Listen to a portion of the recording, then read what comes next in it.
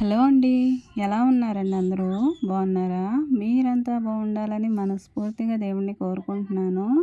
ముందుగా నా ఛానల్‌ని చూస్తున్న వారందరికీ కూడా కృతజ్ఞతలు తెలియజేసుకుంటున్నానండి.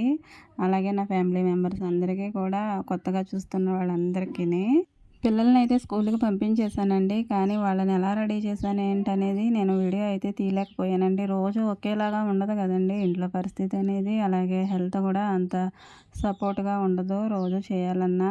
పిల్లల్ని డైలీ లేచి రెడీ చేసుకొని వాళ్ళని పంపించడానికే చాలా అవస్థలు పడాలి. అందులోనూ నేను వీళ్ళని రెడీ చేస్తూ వీడియో తీయడం అనేది కొంచెం కష్టంగా అనిపిస్తుంది ఒక్కోసారి. నేను డైలీ కూడా పోస్ట్ చేయలేకపోతున్నానండి అందువల్ల. ఇంకా మరి ఫ్యామిలీ అన్నాక కొంచెం మరి పెద్ద ఫ్యామిలీ కాబట్టి కొంచెం పనులెక్కువ ఉంటాయండి. అందువల్ల కొన్ని సార్లయితే నేను వీడియో చేయడానికైతే నాకు అవ్వట్లేదు. నేను మరి పిల్లల కోసమైతే ఉప్మా చేశానండి. అలాగే మరి పప్పు చేశాను. ఇంకా వాళ్ళకి సరిపడా అయితే అన్నం కూడా గ్యాస్ మీదే పెట్టేసి వండేశానండి. కానీ మరి మేము కూడా మరి వండుకోవాలి కదండీ! మరి మొత్తం అంతా గ్యాస్ మీదే వండాలంటే కొంచెం కష్టమవుతుంది. ఈ వర్షాకాలంలో పుల్లలు కూడా తడిసిపోయి అయితే చాలా ఇబ్బందవుతుందండి. అయినా గానీ నాకు గ్యాస్ మీద వండడానికి కొంచెం బాధగా అనిపించి పొయ్యి మీదే వండుకుంటున్నాను. మాకైతే పిల్లలకైతే మరి అవ్వదు కదండీ! తడి పొయ్యి మీద. అందుకని వాళ్ళకైతే గ్యాస్ మీద వండేశాను. ఇంకా మరి పప్పు కూడా చేశానండి కొద్దిగా. తర్వాత మరి వాళ్ళకి ఆలు ఫ్రై కూడా చేశాను. కొంచెం అది, కొంచెం ఇది వేసి అయితే క్యారేజీలు పెట్టేశాను. వాళ్ళైతే స్కూల్‌కి వెళ్ళిపోయారండి. ఇంకా మరి మిగతా పనులుంటాయి కదండీ నాకు. అవైతే మరి స్లోగా అలా అలా అయితే చేసుకుంటానండి. మరి నేను వంట పనులు, ఇంటి పనులు అవన్నీ చేసుకుంటూ మీతో మంచి చెడ్డ మాట్లాడేస్తానండి. మంచి అయితే ఓకే గానీ, చెడ్డ అయితే ఏం మాట్లాడతావులే అమ్మ మేము వెళ్తాంలే అని అనకండి. ఉండండి.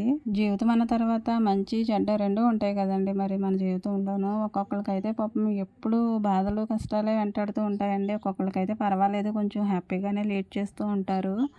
కొందరికి మరి ఎన్ని సమస్యలొచ్చినా గానండి లోపలే ఉంచుకుంటారు. వాళ్ళే సాల్వ్ చేసేసుకుంటారు. కొంతమందయితే అమాయకులు ఉంటారండి. వాళ్ళకి ప్రాబ్లమ్ వచ్చినప్పుడు దాన్ని ఎలా సాల్వ్ చేసుకోవాలి, ఎవరితో చెప్పుకుంటే అది తీరుద్దనేది వాళ్ళకి తెలియక చాలా నలిగిపోతూ ఉంటారండి. తల్లిదండ్రులతో చెప్పుకోనివి ఉంటాయి. ఒక్కొక్కసారి వాళ్ళతో చెప్పుకుందామన్నా వాళ్ళు లేకపోయినటువంటి వాళ్ళు కూడా ఉంటారు. మరి స్నేహితులతోనూ, తోడబుట్టిన వాళ్ళతోనూ వీళ్ళతోనూ చెప్పుకుంటారు కానండి, కొంతవరకైతే మరి వాళ్ళకి సపోర్ట్‌గా అనేవాళ్ళైతే ఎవరు ఉండకపోవచ్చు కొన్ని సందర్భాల్లో. అలాంటప్పుడు ఏంటంటేనండి వాళ్ళు మానసికంగా చాలా కృంగిపోతారు.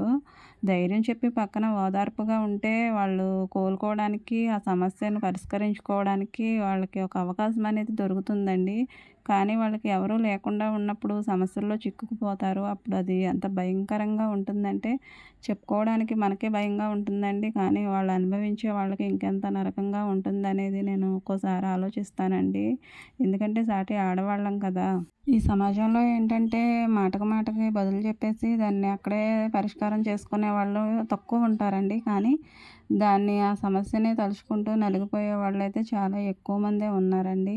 ఎందుకు చెప్తున్నానా అంటే కొన్ని సార్లయితే మరి నాకు తెలిసిన వాళ్ళే కావచ్చు, నా స్నేహితులే కావచ్చు, మరి కొన్ని కామెంట్‌ల్లో కూడా మరి చూసినప్పుడైతే మరి నాకు కొంచెం బాధగా అనిపిస్తుందండి ఆడవాళ్ళ పరిస్థితి అనేది. ప్రతి విషయంలోనూ ఆడవాళ్ళనే కాదండి, మగవాళ్ళకి కూడా ఒక్కొక్కసారి అయితే ఎలాంటి సిచ్యువేషన్ ఎదురవుద్ది. వాళ్ళు సరిగ్గా ఉంటే ఆడవాళ్ళు సరిగ్గా ఉండరు.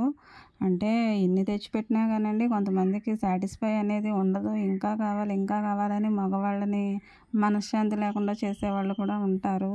మరి అలాంటప్పుడు మరి ఆ కుటుంబంలో మనశ్శాంతి అనేది ఎలా ఉంటుందండి? నేనేమనుకుంటానంటేనండి, నా పరంగా అయితే గెంజి నీళ్ళు పోసుకొని తాగినా పర్వాలేదండి. కానీ మనశ్శాంతి అనేది ఉంటే చాలని కోరుకుంటాను. మరి మనం పంచభక్ష పరమాన్నాలు ఏమీ తినవసరం లేదండి. మనశ్శాంతిగా ఇంత ముద్ద పచ్చడి ముద్దతోనైనా పర్వాలేదు, గెంజి నీళ్ళతోనైనా పర్వాలేదండి. కడుపు నిండా మనం ఏం తింటున్నాం అనేది నాకు ముఖ్యం కాదండి. అది తినేది మనశ్శాంతిగా తింటున్నామా లేదా అనేదే నాకు కావాలి. మనశ్శాంతి అనేది లేని రోజున మనము పంచభక్ష పరమాణాలన్నీ దగ్గర పెట్టుకొని, మనకు కావాల్సిన ఐటెమ్స్ అన్నీ దగ్గర పెట్టుకొని, అవన్నీ చూసుకుంటూ ఏం ప్రయోజనం అండి? అవి తినడానికి ఉండదు. మనశ్శాంతి ఉంటేనే కదండీ ఇంట్లో ఏదైనా తినడానికైనా, దాన్ని ఆనందంగా అనుభవించడానికైనా మనకి బాగుంటుంది. మనశ్శాంతి అనేది లేనప్పుడు మనం ఎన్నుండి ఏం సుఖమండి? ఇలా ఇంట్లో అన్నీ ఉన్నా దేనికి లోటు లేకుండా ఉన్నా కానండి కొంతమందయితే మనశ్శాంతి కరువైపోయి, కడుపు నిండా తినలేక బాధ ఎవరితోనూ చెప్పుకోలేక నలిగిపోతున్న వాళ్ళైతే చాలామందే ఉంటారండి.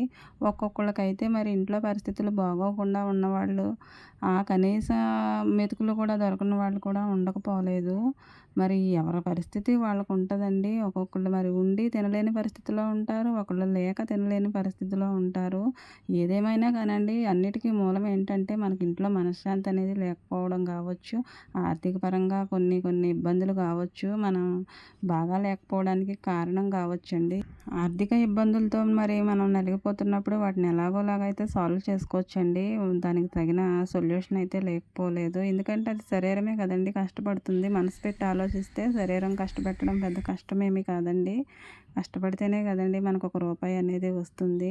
కానివ్వండి శారీరకంగా బాధలు పడే కన్నా మానసికంగా బాధలు అనేవి చాలా మన మైండ్ సెట్ని అప్సెట్ చేసేస్తాయండి. అసలు ఏ పని చేసుకోనివ్వవండి అసలు. పిల్లల్ని ఇంటి కుటుంబాన్ని అంతటినీ కూడా మనం చూసుకోవాలి కాబట్టి మన స్ట్రెస్ అనేది మైండ్ మీద పడకుండా చూసుకోవాలండి ఆడవాళ్ళం మెయిన్. ఆడవాళ్ళం అసలే సున్నిత మనస్కులం కదండి. అసలు ఏ ఇంత మాట వచ్చినా ఏ ఇంత బాధ వచ్చినా అసలు మరి మన నీటి కుళాయికి అసలు మరి హద్దులు అనేవే ఉండవు, కారుతూనే ఉంటాయి. అసలు ట్యాప్ అసలు ఎంత కట్టినా కానీ ఆగదు కదండి. అలాగా మరి కళ్ళు ఏడ్చేస్తాయి, అలాగే మనసు కూడా చాలా బాధపడిపోతూ ఉంటుంది. అలాంటి బాధల్లో మనం పిల్లలు ఉన్న వాళ్ళం మరి వాళ్ళు ఎలా పాపం, పిల్లలు ఎలా అండి మరి కుటుంబం ఎలాగో మన మీద ఆధారపడిన వాళ్ళైతే చాలామంది ఉంటారు కదండి. మనం ఎంత బాధలో నలిగిపోయి ఉన్నా సరే వాళ్ళకి మరి కనీస సదుపాయాలు అనేవి చూసుకోకపోతే మరి రోజు అనేది గడవదు కదండి. ఇంట్లో ఉన్న వాళ్ళు ఎవరు పట్టించుకున్నా పట్టించుకోకపోయినా కనీసం పలకరించకపోయినా పర్వాలేదు కానండి, భార్యగా భర్త ప్రేమను మాత్రం కోరుకుంటుంది. కొంతమందికైతే పాపం అలాంటి భర్త ప్రేమ అనేది అస్సలు దొరకట్లేదండి. ఎందుకంటే వాళ్ళ మధ్యన ఉన్న తగాదాలు కావచ్చు, లేదంటే ఏదైనా వ్యసనాలు కావచ్చు, ఇంకేమన్నా సంథింగ్ ఏదో ఉంటాయి కదండీ. అవన్నిటి వల్ల కూడా భార్యాభర్తలు ఇద్దరి మధ్యలో అయితే కొంత గ్యాప్ అనేది వచ్చేస్తుంది. ఆ గ్యాప్‌లో అయితే చాలానే వచ్చి పడిపోతాయండి. మరి అన్ని వచ్చేసిన తర్వాత వాళ్ళిద్దరూ మరి కలిసి ఒక్కలాగా ఉండాలంటే ఉండడం కష్టమండి. ఎవరో ఒకళ్ళు సఫర్ అవుతూనే ఉంటారు. ఇంట్లో ఎక్కువగా ఉండేది ఎవరండి? ఆడవాళ్ళు కాబట్టి ఇక నిత్యం ఇక మరి బాధపడుతూనే ఉంటారు. నా బతుకింతే, ఇక నా పరిస్థితి మారదు. పిల్లలు ఎలాగా పరిస్థితి, నా జీవితం ఇంతేనా, అసలు ఎందుకు వచ్చిన జీవితం, ఇలాంటి జీవితం అంత అవసరమా నాకు అనేసి చాలామంది మనసులో అయితే ఉంటుందండి ఈ ఆలోచన. వాళ్ళు అలా ఆలోచన వచ్చినప్పుడు ఏంటంటేనండి అసలు డిస్టర్బ్ అయిపోతారు చాలా. మనం ఎంత మరి వాళ్ళని సపోర్ట్ చేసినా, ఎంత వాళ్ళకి ధైర్యం చెప్పినా కానండి కోలుకోలేరండి. అసలు డిప్రెషన్లోకి వెళ్ళిపోతారు. కొన్ని కొన్ని పరిస్థితులు అలా ఉంటాయండి. ఆ సమస్య ఏంటనేది అనుభవించే వాళ్ళకి మాత్రమే తెలుస్తుంది. చూసే వాళ్ళకి ఏమీ తెలియదు, చెప్పే వాళ్ళకి అసలే తెలియదండి. అలా ఉండకూడదు, ఇలా ఉండకూడదని మాత్రమే చెప్పగలమండి మనం. కానీ ఆ బాధ అనుభవించే ఆ మనసుకు తెలుసండి.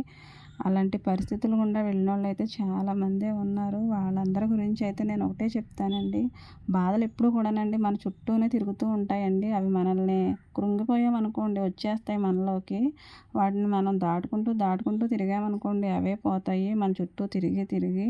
మనం మాత్రం కదలకుండా బెనక్కుండా నిశ్చింతగా ఉండాలండి. అప్పుడే అవి పోతాయి మనలో నుండి. అంతేగాని మనం వాటికి భయపడిపోయామనుకోండి మనల్ని అవి మింగేస్తాయి. బాధలకు ఎప్పుడు కూడా కృంగిపోకూడదండి. కష్టాలకి కూడా ఎప్పుడు కూడా మనం లొంగిపోకూడదు.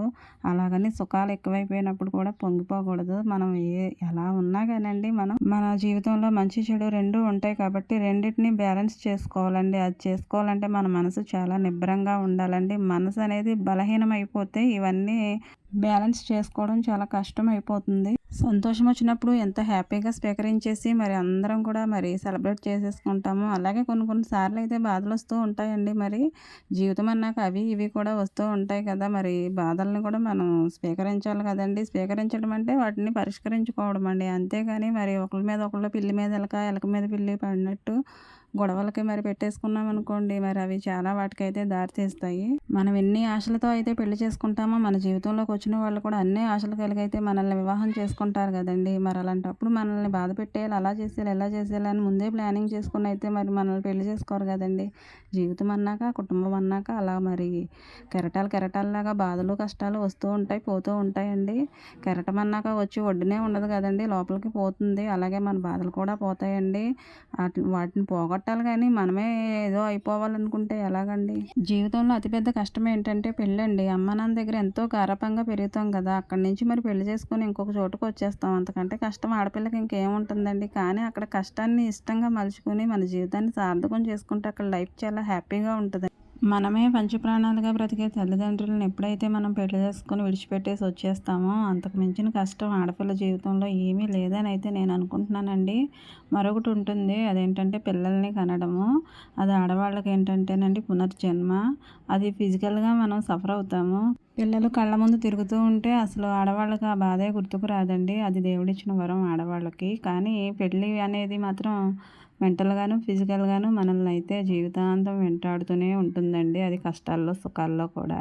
ఇది ప్రతి ఒక్కరి లైఫ్లో జరగాల్సిన అందమైన ప్రేమ కావ్యం అండి.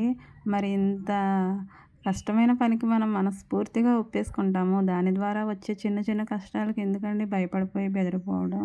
దాన్ని కూడా మనం ఓపికగా నెట్టేయగలిగితే మన లైఫ్ అంతా హ్యాపీగా ఉంటుంది. ఓకేనండి, వీడియో కనుక నచ్చితే లైక్ చేయండి. Thanks for watching.